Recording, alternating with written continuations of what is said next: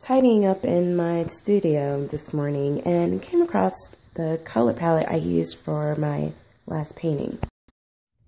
So I get a lot of questions about my process, but I'm not going to go through all that today. I just thought that it'd be cool to at least talk through a palette since I found one. So typically I use oil paints, and usually I'll use paper palettes. They're cheaper, and I can just throw them away when I'm done. You can find paper palettes at pretty much any art store, even Michael's. They usually come in gray, which is good for color mixing. So while I'm working, I'll keep the palette in one of these palette boxes. Again, you can find them in any art store or Michael's, and they come in different sizes. I really like using these boxes because they come with these lids with them, which comes in handy with storing paint in between painting sessions. I actually do like to use the harder palettes like wood or glass. I think it gives a much better surface when mixing paint.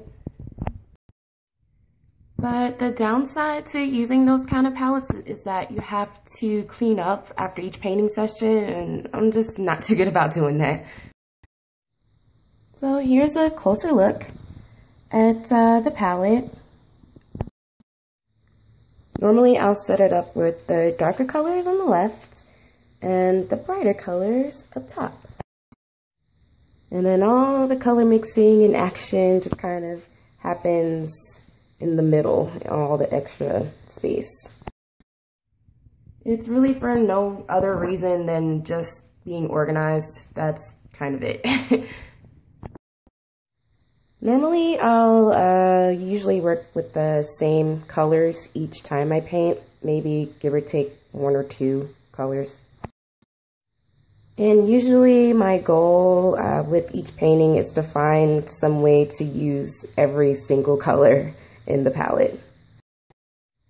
So yes, the colors I use for this painting are the same colors I use for this painting. You have 2 completely different looks.